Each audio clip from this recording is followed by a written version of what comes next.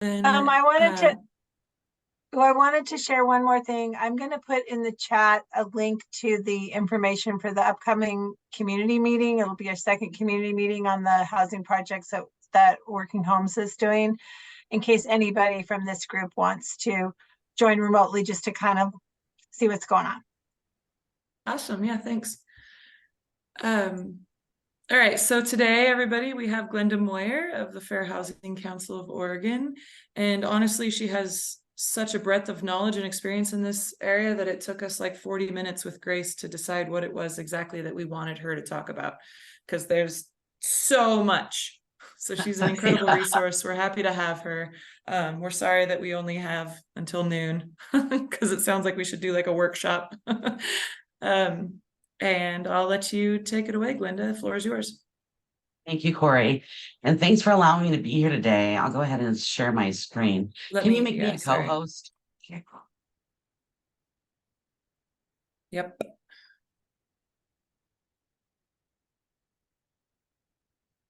Right. Okay, that should work now. Ah.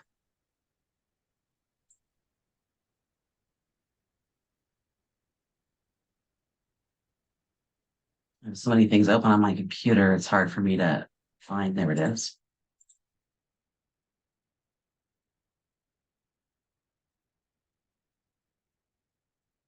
It is in presentation mode. Maybe. Are you guys able to see my screen? We're seeing the screen, but I'm seeing the slide with your notes. Yeah, so I'm trying to get it to presentation mode and it's not wanting to work for me. Let's move it over here.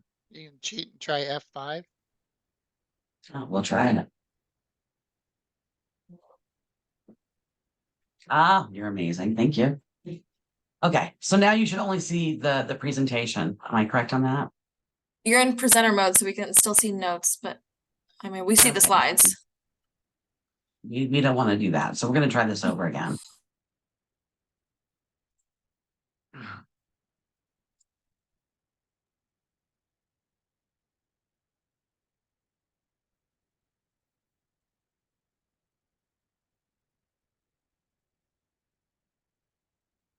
There we go. Is that better? I still see the same as before, but You still see the notes? That's okay. We can read along. Yeah. Yeah. Okay, It's okay. perfect. You can have my notes too. Okay, I'm not gonna Okay. I have dual screens, so both of them are showing me that you're only seeing the one screen, and then one of them has my notes. So I'm thinking I messed something up here with my dual screens, but we'll continue.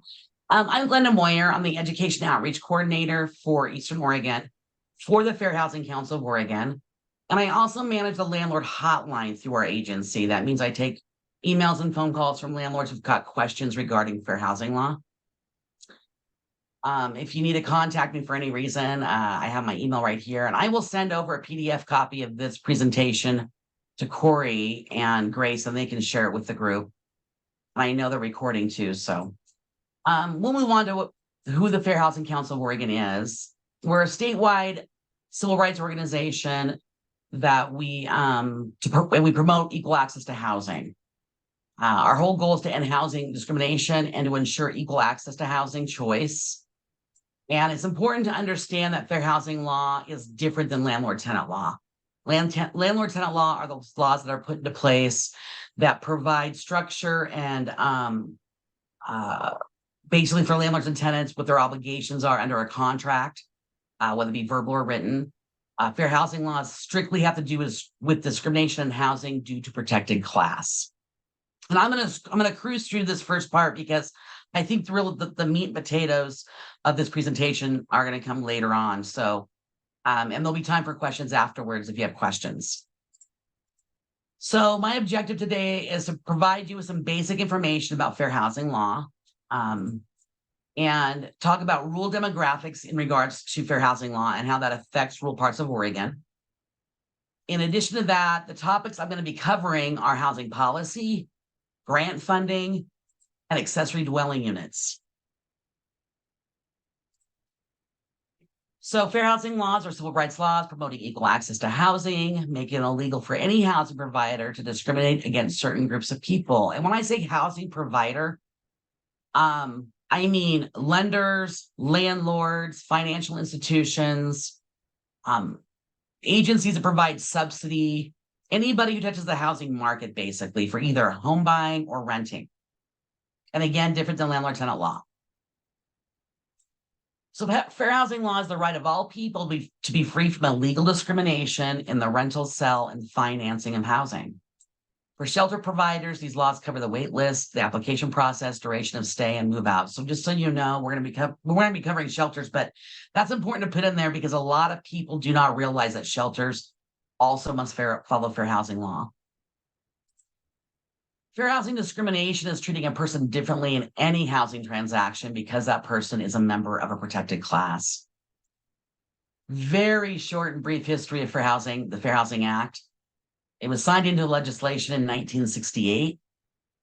HUD was named as the enforcer of fair housing law. So even if you're not it's not even low income housing or a FUD based grant, fair housing laws always apply if it has to do with housing. There are penalties if they're in place for people who violate fair housing law. And it does require that certain groups of people in regards to housing affirmatively further for housing. And we're going to discuss that further on down this presentation. So I'm not going to jump into that right now. So who are those protected classes? Well, under the federal statutes, it covers race, color, familial status, sex, which is also, they've added additional protections under sex under the federal laws, which is domestic violence, gender identity, and sexual orientation, in addition to just female, male, so forth. Religion, national origin, and disability. The state of Oregon also has its own protected classes, which is marital status, which means married, single, divorced, widowed. It does not matter what your marital status is. Housing providers and lenders cannot discriminate against you.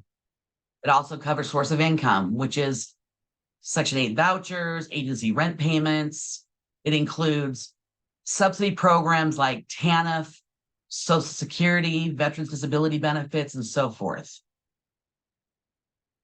And Oregon has had sexual orientation and gender identity for much longer than the federal government has implied that. I think the federal government added that last year. And there might be additional protected classes depending on where you live in Oregon. Certain jurisdictions add other protected classes like age and occupation. Those are normally seen in areas that have major universities and colleges. Age, where landlords might discriminate against a college student who's 19 years old and not rent to them because of their age. So those are protections in those local jurisdictions. Fair housing laws apply to dwellings. So it's important to understand if it's not a dwelling, then fair housing laws do not apply. So houses and ADUs, which are accessory dwelling units, apartments, no matter the number of units, that could be duplexes all the way up to those complexes that have hundreds of units. Condos and floating homes, mobile homes, retirement housing and assisted living facilities, nonprofit housing and shelters, and possibly motel rooms and long-term vacation rentals and workforce housing. Normally, vacation rentals and motel rooms fall under a different class of law. However, depending on why someone is staying there and how long they're staying there, fair housing law might apply.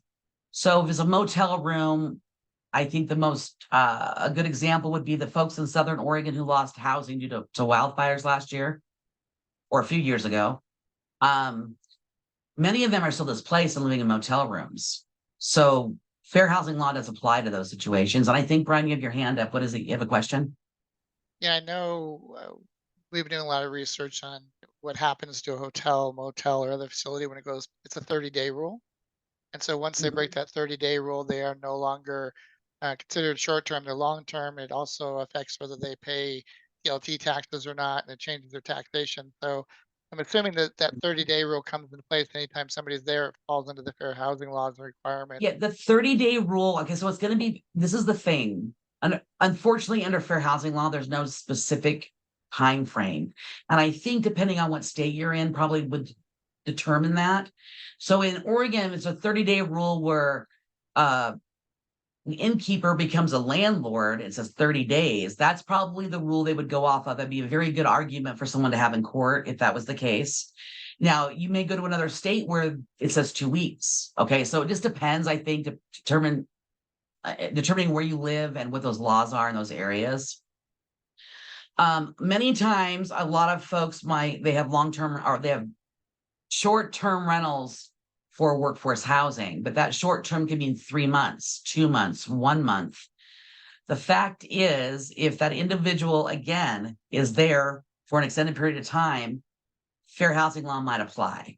And there's no specific time frame in Oregon. 30 days sounds like a really good time frame to go off of if that's what accommodation law states.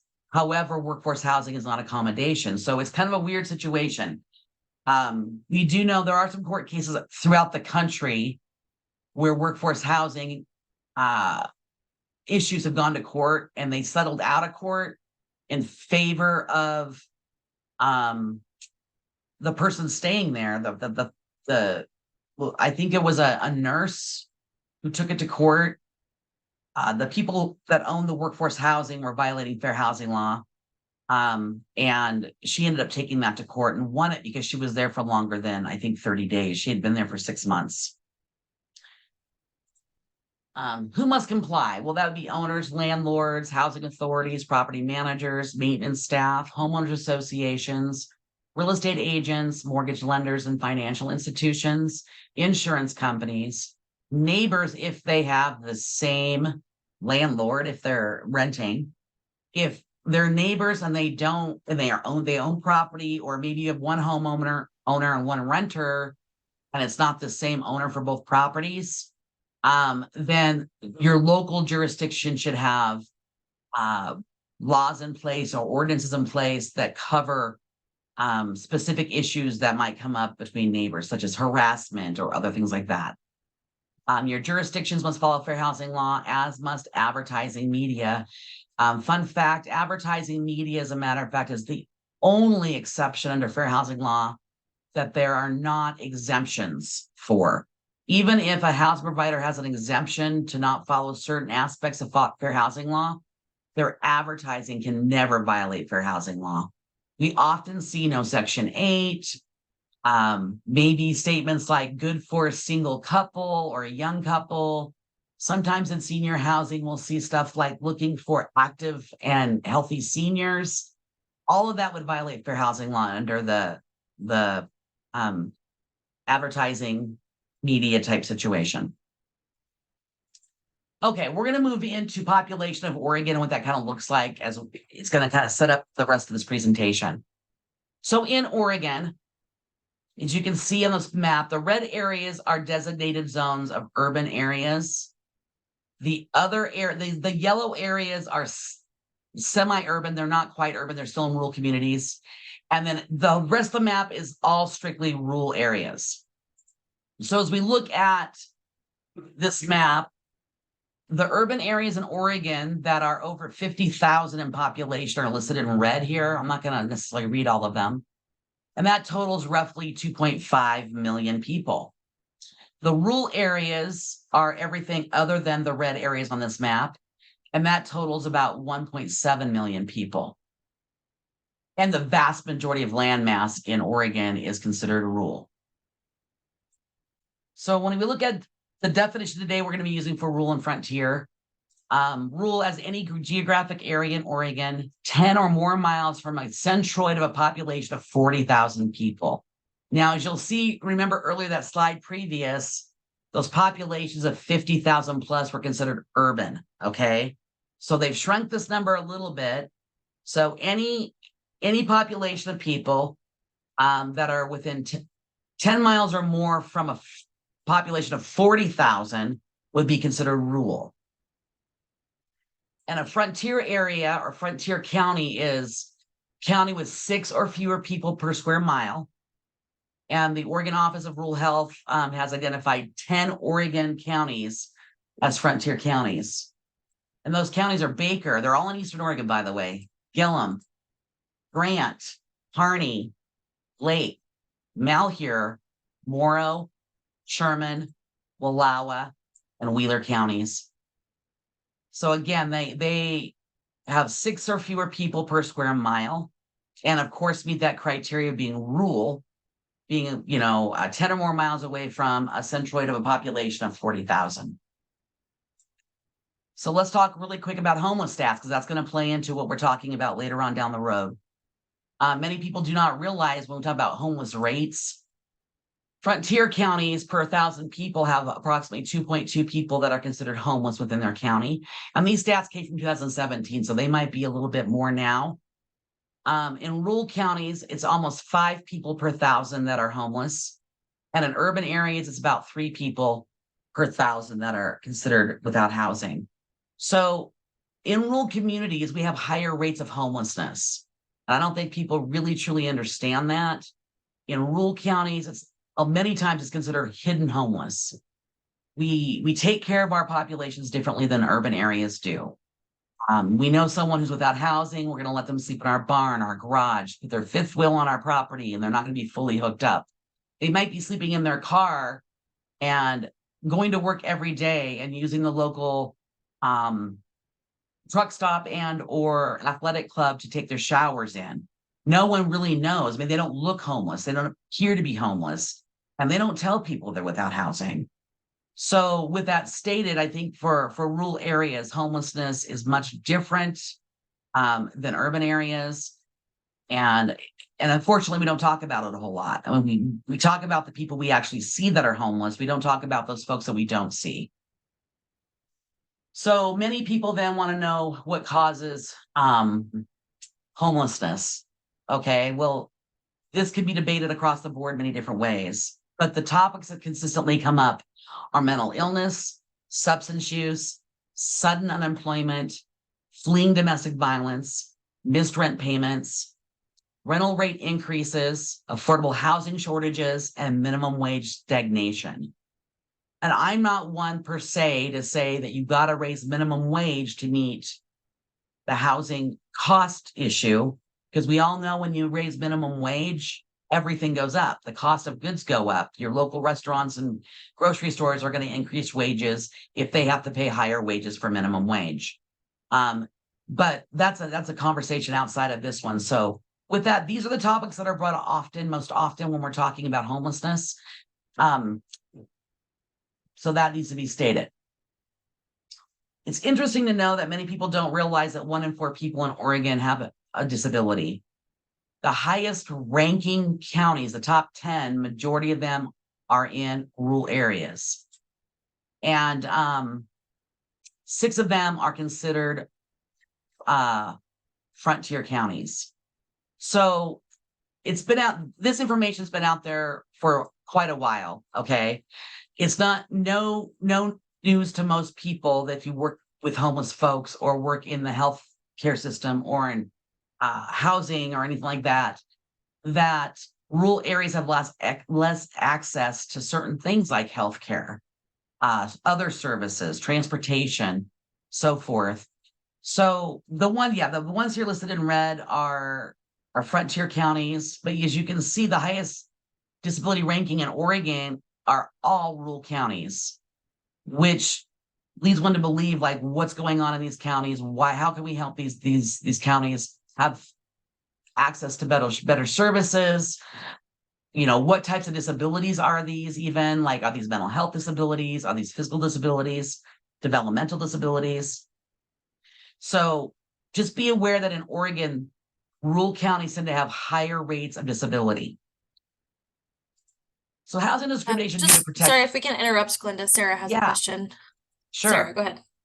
Hey, Glenda, do you know where to get access to some of that research about the things that you were just saying, the questions, and trying to understand a little more what it's like in our own areas? Yeah, down here I have these links: Disability of Health and U.S. State Profile Data for Oregon from the CDC, and Aging in Rural and Frontier Counties, the website you can go to. And hang on, we'll go back even further. right here.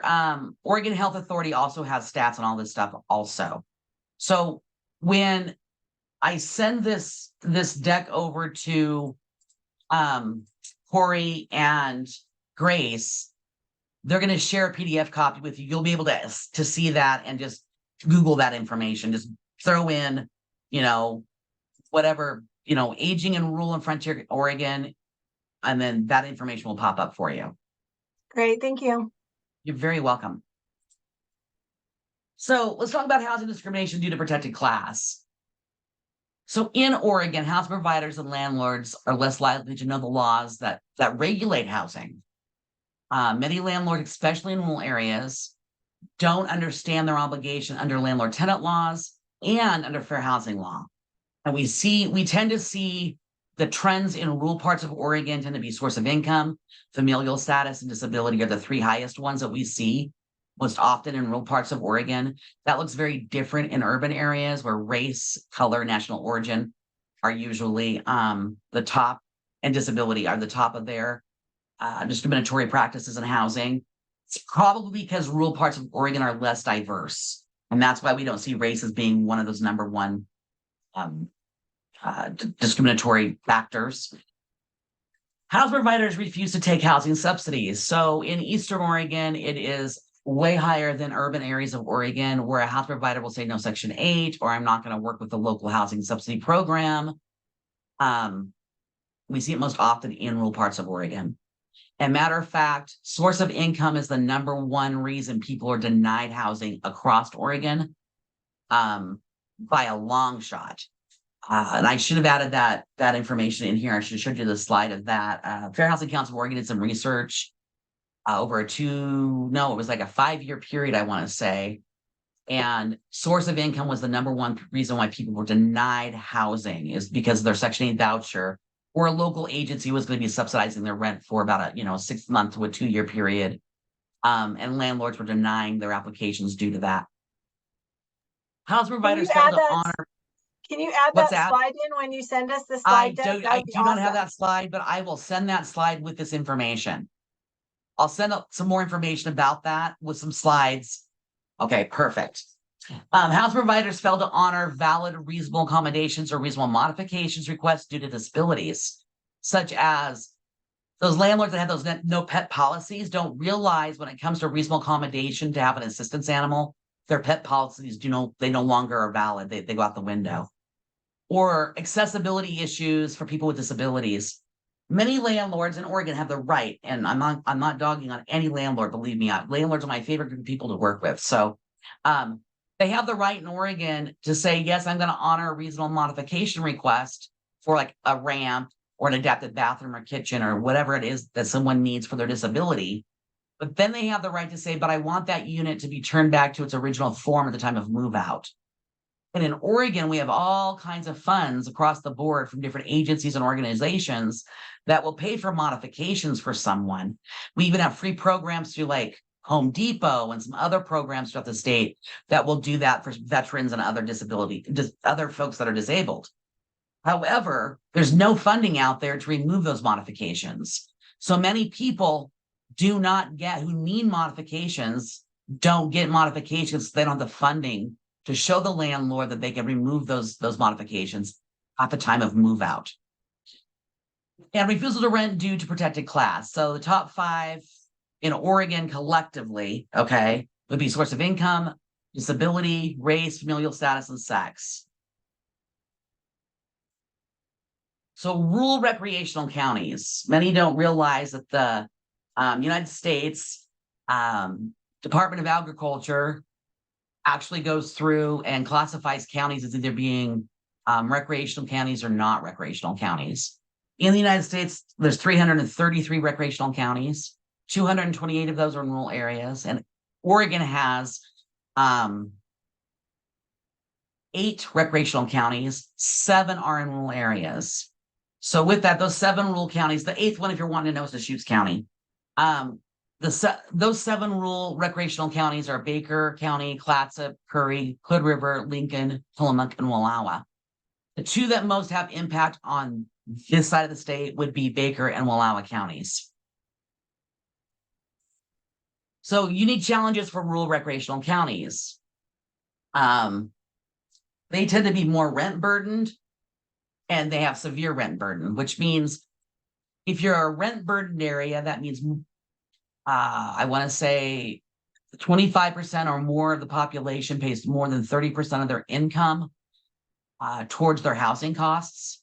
And being severe rent burden means 25% of the population or more pay over 50% of their income towards housing costs, which is a bad deal. Okay. When you have a lot of people that are spending more than 50% of their income towards their housing costs, it impacts the types of housing they can live in or if they can even afford housing. It also impacts the number of long-term rentals you have in an area. Baker and Wallowa County can contest to this. They have been, I'm not gonna say allowed, I don't want to use that word. Okay, because I see both sides of the story. I see both sides when it comes to vacation rentals and like Airbnbs and bed and breakfasts, all that stuff. I see the benefit of it because when you're a recreational county, you need other options than motel. Provide for folks that are there spending money in your area, okay, and boosting your economy that way. But the fact is, many times long-term rentals get turned into vacation type rentals. And when that happens and there's not a goal or a plan in place by the local government to increase housing for folks that actually reside there, it becomes very problematic. You don't have enough housing. You don't have housing for teachers, medical personnel, low-income families, seniors with disabilities, veterans with disabilities, families with disabilities. That affects all of that. So Hood River, Clatsop County, Lincoln County, Curry and Tillamook counties, they exhibit higher rents than most other rural counties. And part of it has to do with them, their location, and being recreational counties. In Eastern Oregon, if you were to go to Baker County and Wallowa County, their rents are higher than what they really should be compared to their location and the jobs that are available in their area, only because of the decrease of long-term rentals and not enough housing that folks can purchase that's there. Okay, they have a shortage all the way around on housing. It should be stated that rural Oregonians experience higher poverty rates than their urban counterparts, which also plays into factors when it comes to housing, people not being able to eat and accessing services to help with that downfall in hunger. Okay, disparate impact. It's important to know what this means. So it can mean a neutral, it's a neutral policy, either by a housing provider or a jurisdiction or a lender, okay? When put into practice, has a greater negative effect on one group of people from a protected class than other groups of people, all right? So maybe an example of that would be, I'll give you one that happened in LeGrand some years back, and I'm not going to call anyone out on this, but the city of LeGrand, when the downtown area of LeGrand was doing some facelifts and a lot of the apartments above downtown businesses were being renovated, the city of LeGrand instituted an ordinance stating that those apartments directly above a downtown business they had to be single occupancy. So unfortunately, there was a housing provider in the local area that was renting out those properties. This person understood that there was fair housing law violations, possibly, okay, and that the city was going to fine any housing provider who rented out one of those apartments above a downtown business $500 for violating that ordinance if they rented to more than one person per apartment. So this housing provider denied a woman who was pregnant and denied a couple and stated, I want to rent to you, but I can't. The city has this ordinance. I can't rent to more than one person. Both those individuals filed complaints with the Fair Housing Council of Oregon that were turned over to BOLI, and BOLI investigated, and BOLI fined that housing provider $18,000 for violating fair housing law. The city did not help this housing provider pay that off, but they did change their ordinance. So just know that a neutral policy that might sound appropriate, if it violates fair housing law, that has a negative impact on one group of people, okay, than other groups of people, that have protected, that have those protections would be a violation of fair housing. So policies that might have disparate impact. Well, that could be urban renewal policies, code enforcement, exclusionary zoning, and residency preferences. So for instance, a local zoning ordinance restricts housing for more than 3 bedrooms. Well, that would have a negative impact on families with children, especially families with children that have 7, 8 kids in their home. Or they want to move grandma and grandpa in to take care of them as they age, and that puts them over occupancy, per se. Maybe not over occupancy, I'm not going to say that. They own the home, they want to move in, they have 3 bedrooms, but they have 4 kids and grandma and grandpa they need to take care of. They need a bigger home, they want to build a bigger home. An ordinance, a zoning ordinance could prevent them from doing so. It's important to understand that regarding our aging population, our baby boomers are getting older. And Oregon needs, well, let's see here, 554,000 new homes going forward for the next 20 years to really provide enough housing for people with disabilities, okay, accessible housing. And that's, well, I guess that's a lack of housing for homelessness. I'm sorry. I think I think we'll cover here in a bit the housing needed for our aging population. So this is our growing population in homelessness. We would need 554,000 new units for the next 20 years for people that are experiencing homelessness. 176,000 of these units, or 32%, will need to be affordable for households earning less than 60% of the area median income. And again, that information is down here. You guys get this information, you can just throw that information into a Google. Okay, so housing challenges faced by people living with a disability. We are going to be looking at a population growth with our baby boomers, okay? So the percentage of people with mobility-related disabilities is going to increase significantly here in the next so many years. Oregon's we need to produce almost 7,000 units per year going forward to meet that growth. And these are accessible units for people with disabilities. I think a lot of times people don't stop to think when you're building new housing, if you can make it accessible up front, it honestly does make more sense. And it's a lot easier to do it then than to try to retrofit it after the fact. So wider doors, easy accessible entries, accessible bathrooms setups, and maybe kitchen cabinets that can be lowered or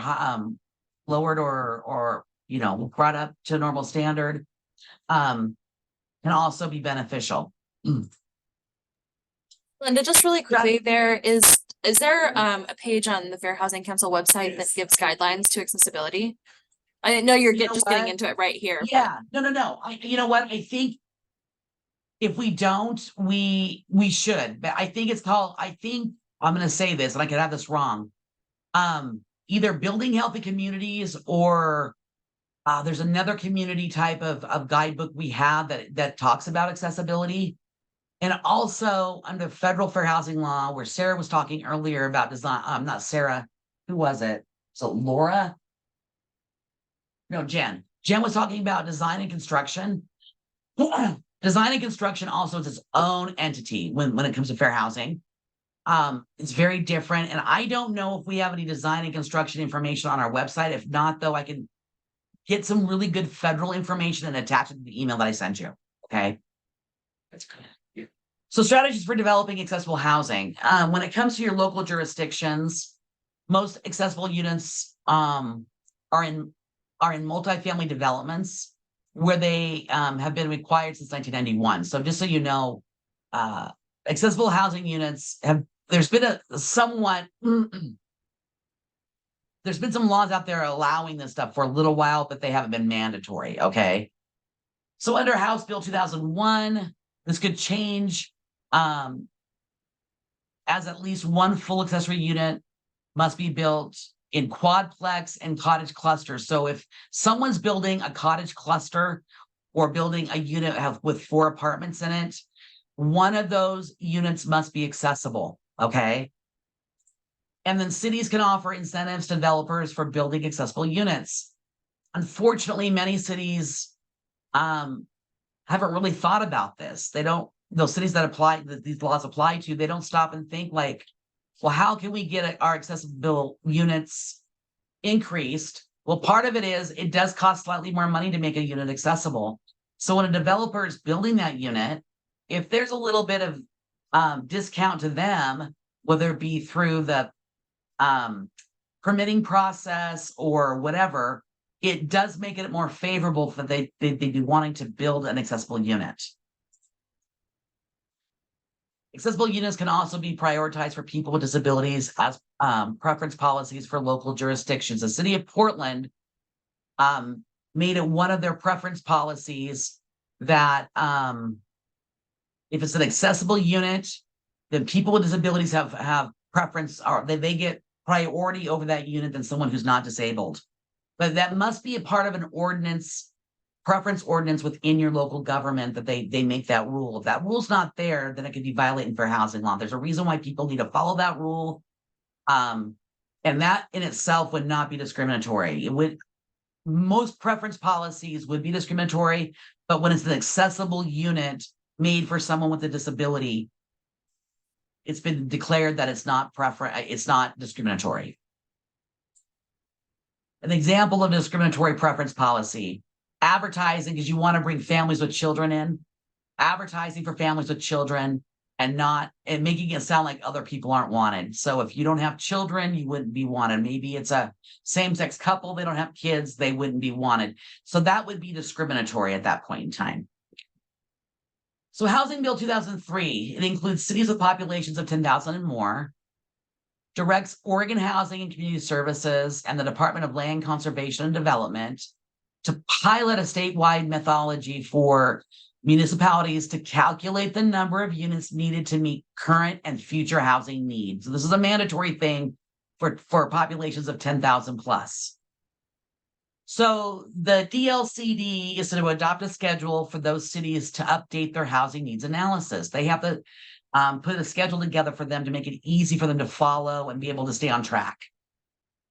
For these cities, they must approve a housing production strategy 1 year after their housing needs analysis is adopted. So under the current law that just got passed, I think it's House Bill 2001, not 2003, but 2001. If a city fails to adhere to this housing needs analysis and their production strategy and their goal 10s, any funding they may receive from Oregon Housing Community Services or other federal funds could be asked to be paid back and or not submitted to them, okay? So just be aware that new law in 2001 put some limitations to this if a city doesn't want to adhere to these policies. And affirmatively furthering fair housing is now a part of the statewide Goal 10 program. And we'll get into what that means here in just a bit. So what does that mean? What is affirmatively furthering fair housing? That means your local jurisdictions need to address disproportionate housing needs. Well, what is the disproportionate housing need? Well, maybe while doing your housing needs analysis, you find that, and I'll use Baker County, Baker City as an example. You find that, and this is normally the situation, in recreational counties, the hospitality industry provides a lot of jobs. In Oregon, the hospitality industry is the lowest paying jobs. So you have a lot of people working jobs that need to be there because of the recreational factor of the county, but there's not enough housing for them to afford. Many of them have to live out of the area, drive miles and miles to get to work, and they don't have enough money for gas now. Food costs have gone up. I mean, it's really problematic. So when you don't have enough housing, okay, for the people that work in your community, it puts a strain on other aspects of your community. For instance, Baker City is looking at closing their hospital because they don't have enough doctors and nurses to fill the need. But there's not, and the number one reason is there's not enough housing for them. Okay. So when you don't have enough housing for medical staff, teachers, industry, and even the people that are working those lower paying jobs in your counties, It's very problematic. Okay. Like you can't supply enough housing. How many places now? How many people have been to Baker City, Wallowa County? How many businesses are shut during the week now because they can't get people to work? Quite a few. And that's the normal also on the coast with recreational counties. They close during the week because they can't get people to drive into town from those farther reaching out areas to work that minimum wage job every day. It's too costly for those individuals to do so. So people are not willing to work, full-time hours or not willing to work those jobs at all because it's not cost effective to them. Also patterns of integration and segregation. We'll look at that in just a second, what that might look like. We're gonna look at some events, impediments to housing, so you understand what I'm talking about. Racial or ethnical conjugated areas of poverty that also is part of that pattern of integration and segregation, and disparities in access to housing opportunity. Communities that cities, okay, so it's recommended that cities address how those proposed housing production strategies will result in fair and equitable outcomes with regard to 6 factors. Before I cover the 6 factors, I'm going to show you what an impediment for like racial segregation or patterns of segregation may look like. So this is Also, Ben. just sorry to kind of Sure. interrupt again, but Brian has raised your hand, so I want to Yeah, go ahead, Brian. give you some space. So all of the things you're talking about with Baker, we fell under all of those rules. Mhm. So Baker was identified by Portland State University to study they were going to exceed 10,000 by 30, 40 people. Then they followed up during COVID that shows that Baker is going to lose approximately 500 people in the next 2 years. We lost probably about 400 in the first year because we had a housing transition. We had 200 properties that went from workforce housing. Those properties were bought by people out of the Portland, Salem, Seattle area, and 90% and higher were 70 and older. So we lost the families and we lost the other things. So, but the city is still required to follow all those rules and guidelines for higher density. They did the study, they did all stuff. So when does that population change rollover? Does that change for them? I mean, You know is what? that It's a wait good 10 years? question. That's a really good question. I think every 10 years during the census maybe is when they actually probably reevaluate it. Chris and I actually sat on the housing strategy group with the Baker City, and a lot of great information was produced in that their they did a survey. Housing studies, right? Oh yeah, they did all. I can't explain what they all did, and I'm not going to dive deep into that. I think probably every 10 years, but a good portion of reasons why people left that area because there wasn't any housing. Well, Okay, and they couldn't come here. Yeah. yes, and employment that was appropriate to have a living wage. Okay, so but part of that industry won't go there because there's not enough housing. I mean, industries have looked into it. They're like, no, we're not going to bring our company in there because you don't have enough housing. And we can't ask people to come here and work if there's not housing for them. So with that stated, I mean, Baker City, yeah, and they're kind of in a conundrum. I think it's going to be looked at every 10 years. I think once you're on that list of folks that need to adhere to that 10,000 plus, I think you are on that list until you hear otherwise from the state. And that's probably every 10 years. Yeah. We did 2 housing studies. The city did one prior, and then COVID hit, and we realized all the numbers were wrong. Yep. And then they did a secondary one afterwards. And then since then, things have kind of changed and evolved. So we did have restaurants that were closed certain days of the week because they couldn't find staffing. That's kind of ended. And luckily Good. that, found people in, but we still have no change in the housing need. Actually, we have higher rents, way higher than anybody. Oh, it's terrible. Pay. And we have no plans for workforce housing. There's none in place from state of Oregon. Are there any plans for you guys to build or for the state to start developing in Baker County? Recently, they provided that whole plan to the city to either vote in or figure out, and they gave them options in regards to things that they could do to address all those housing needs that they have. It's all going to be up to your city council to decide how that's going to look. Yeah, the sad thing is they just realized they have a 900 and some thousand deficit, and they're looking at a $1.7 million deficit in 2 years. Yep. Yep. So if I was the city council, I'd be looking at funding. Who can fund these programs we need? Part of it for Baker City is you have a lot of land zoned for housing, but you don't have any infrastructure on that land. So contractors are not willing to build on it. So I think for Baker City, and that's just my own opinion, if they could get funding, grant funding to assist them with infrastructure, bringing roads, sidewalks, sewer, water, electric, other stuff, fiber optics of some sort, into those zoned areas for housing, contractors would be more apt to build. You're correct. It just comes down to finding somebody that has that capacity within the city to write the grants and then Yep, to follow through on the exactly. presentation. They've Um, done a deferred tax deal for people, so they can Yep, do that with builders now. yep. And just to let you know, the Oregon Housing Community Services have got a great program. Matter of fact, there's right now as we're having this meeting, there's a session right now on how to apply for grants that can help you with those infrastructure things. Okay. And they have another one of those meetings, I think, next week. All right. So we're getting up there. I have 5 minutes left. Let me just get through this really quick. If you look at this map to the left, the little green bluish dots, this is Bend, by the way. These are low-income housing developments. Okay. If you notice the highway that comes down through Bend, I think it's 97, 93. I can't remember the highway's name. The yellow line that comes from the north to the south, and kind of where the railroad tracks are, it literally is divided for the most part. You have a lot of housing, low-income housing development on one side, on the east side, opposed to the west side.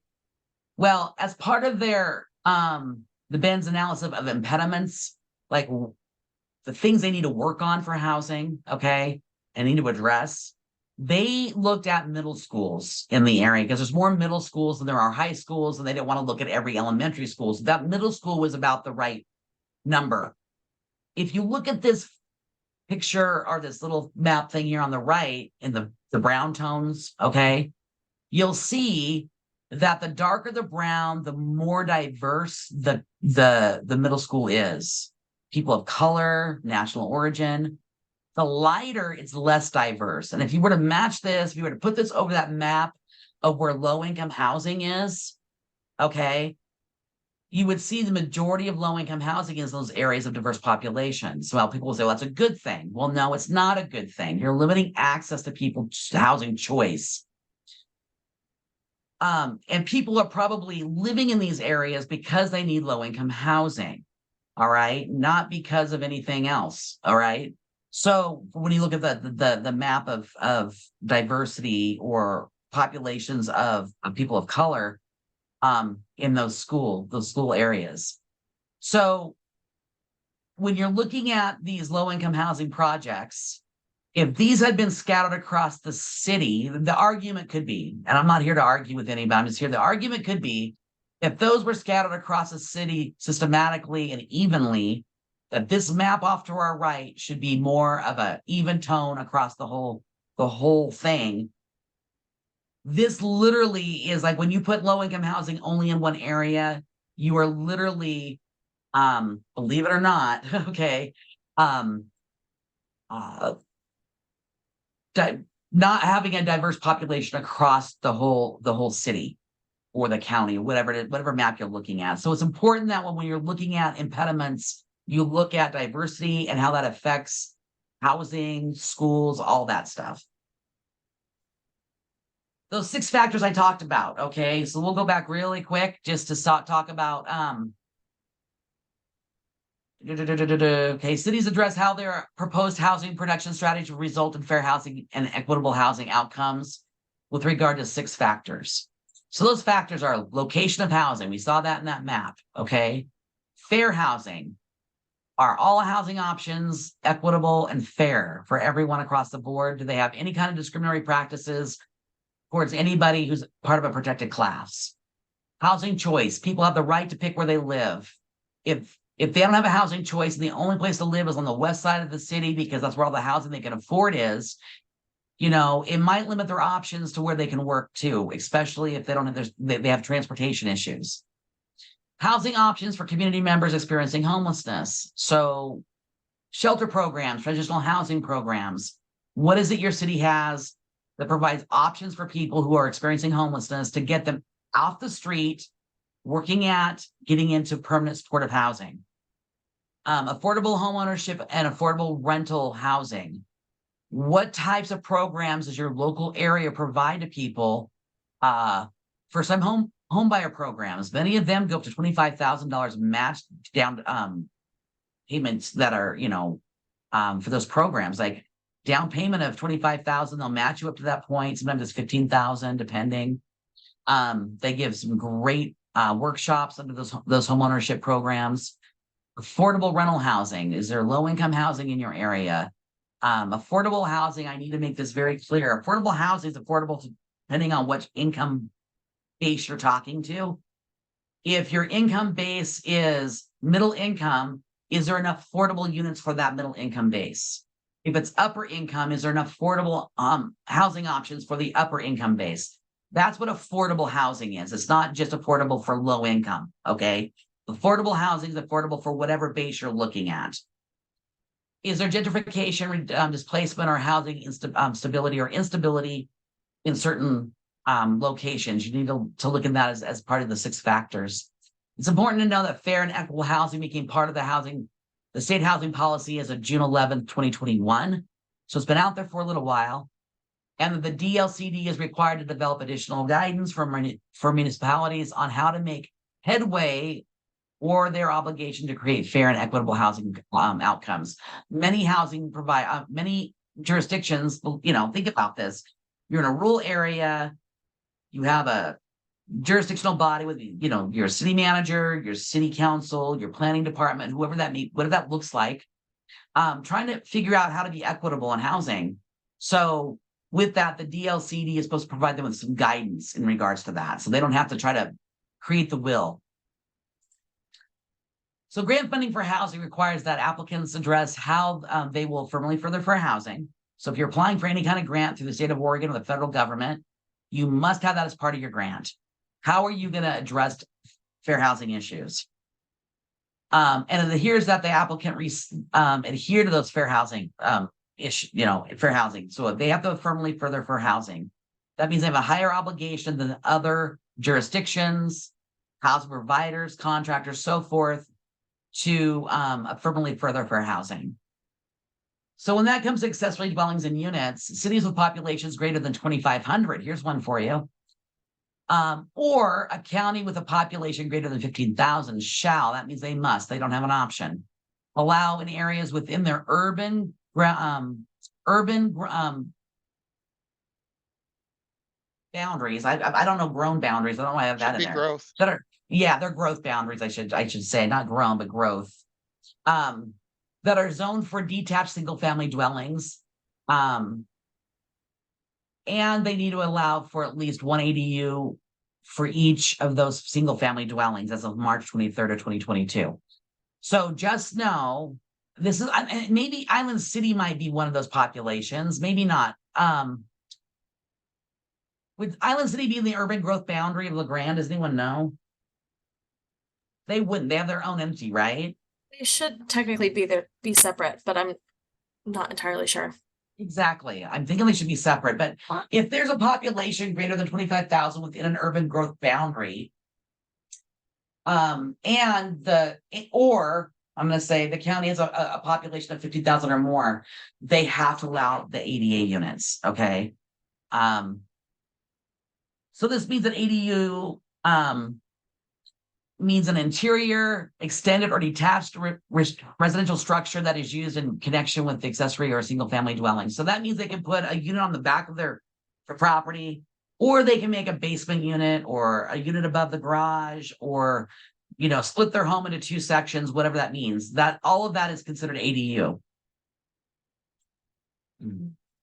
So the model code that the DLCD says, and this is under ORS 197.312, requires that at least 1 accessory dwelling be allowed per detached single-family dwelling in every zone within an urban growth boundary that allows detached single-family dwellings. The statute does not allow local jurisdictions to include off-street parking nor owner-occupied requirements. That means they can rent out the house and the ADU, and the owner doesn't have to live there, okay? Accessory dwellings are an economical way to provide additional housing choices. particularly in communities with high land prices or a lack of investment in affordable housing. They provide an opportunity to increase housing supply in development neighborhoods and can blend in well with single-family detached dwellings.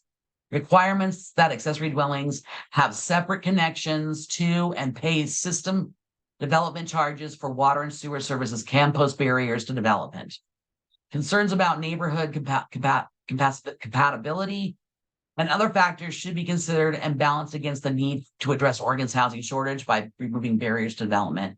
So they can say, like, if you're in an area that is designated historic, you can say that any ADU must also meet that historic designation, and or it may not even allow for them because it's a historic district. So in those areas, they have a little bit more leeway. Okay, so FHCO, really quick, this is my last slide. We help to look at code and zoning changes through fair housing lens. If any jurisdiction wants us to look at that, we can do that. We can't tell you specifically how to change it or word it, but we can tell you it's problematic. Identifying discrimination. We can also provide education. We do that across the board for anyone, jurisdictions, landlords, tenants, lenders, insurance companies, advocates, you name it. And we provide advocacy and enforcement services across the board for both home buyers, renters, housing providers. All right. That was a quick and dirty, really quick and dirty assessment of what fair housing is pertaining to those topics I covered. And I could have done an easily 2-hour training on each of those. Any other question? We're glad you're around, Glenda, and I'm sure that we'll be engaging more. Yeah, for sure. Yeah, thank you for I know it was probably uncomfortable for you to have to go that fast over something that you know should be stopped on and like really explored for a Expanded, while. and yes, exactly. Yeah. So I really appreciate you coming on and trying to condense it as best as you can, and then just opening up this resource for everybody as well. Brian, what do you got there? I have one question for you. I'll be Yeah. surprised because I listed 20. How are we doing? I mean, How's Baker doing? how's Eastern Oregon doing in general? What's the most complaints you get? What do Okay, we so need to do a better job out of working with landlords, working with, renters, working with everybody? What do we need to do a better job at? in Eastern Oregon, the #1 complaint is always disability. Whether that be a landlord not allowing for assistance animals, a landlord not allowing for modification to a unit, or a landlord not addressing when someone says, I have a disability and I need this reasonable accommodation, the landlord just flat out denying. Next would be source of income. Even though source of income is the #1 reason in Oregon that people are denied housing, in Eastern Oregon, the complaints we get specific to source of income are landlords, and I'll be very specific and frank about this. You might have a property management company that has, we'll say 5, and I'm going to keep that number just as a low number. Tenants who just signed on to the Section 8 program. They've been probably paying rent for a few years in that housing. They just got on the Section 8 program. Within that first year of occupancy, they get a no-cause notice from their landlord for some obscure reason. Okay, there's reasons why landlords can give no-cause notices, and they have to adhere to those laws. We also see people that just move into housing, specifically in the Baker City area, with a Section 8 voucher within that first year, get a no-cause notice. That first year of occupancy, then no reason's got to be given, because that landlord just realized they can bump their rent up to way more than the fair market rent. Okay, that's a problem. We also see where a problem is with people lower income who need those housing subsidies to pay for housing. They cannot afford the housing that's out there. They need a subsidy program to help them. Most rents in certain parts of rural Oregon have bumped up above fair market rent, which does not allow for subsidy programs to be used. And so those are problematic. Pendleton, I will say this, has done an amazing job at adhering to their goal 10s. I think they just finished building 200 and some odd units of low income housing, 100 and some middle income housing, and then they're addressing some upper income housing issues right now. And they're not done yet. They are consistently moving towards their goals. And out of all the rural areas in Oregon, they're probably at the very top of the list in regards to addressing their housing need. And then shelter programs is another one. In rural parts of Oregon, you just don't want to, local governments won't allow shelter programs. They won't buy into those project turnkey programs. They make it harder for shelter programs to purchase land and or develop that program. Most often with those types of shelter programs, and I'll say this, group homes for disabled adults, okay? The rules that local jurisdictions have can be absolutely crazy. Like, you're required to put in an 8-foot fence around your property. Well, they don't require that for other housing, okay? Or they have to have, different parking regulations, or they can only access the dwelling from a specific location through an alley or something. It's really weird how some of these jurisdictions are addressing this stuff, which is not equitable and it violates fair housing law. There's some strict rules against that. I know, very when somebody strict tried rules. to stop a adult care facility in a residential neighborhood, and just by them filing the paper, I think it's a minimum $5,000 fine per offense.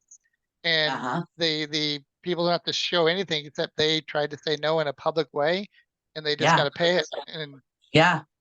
Your local government has the right to listen to input from the community when those developments are being made and built and designed, but they cannot take into consideration anyone's opinion.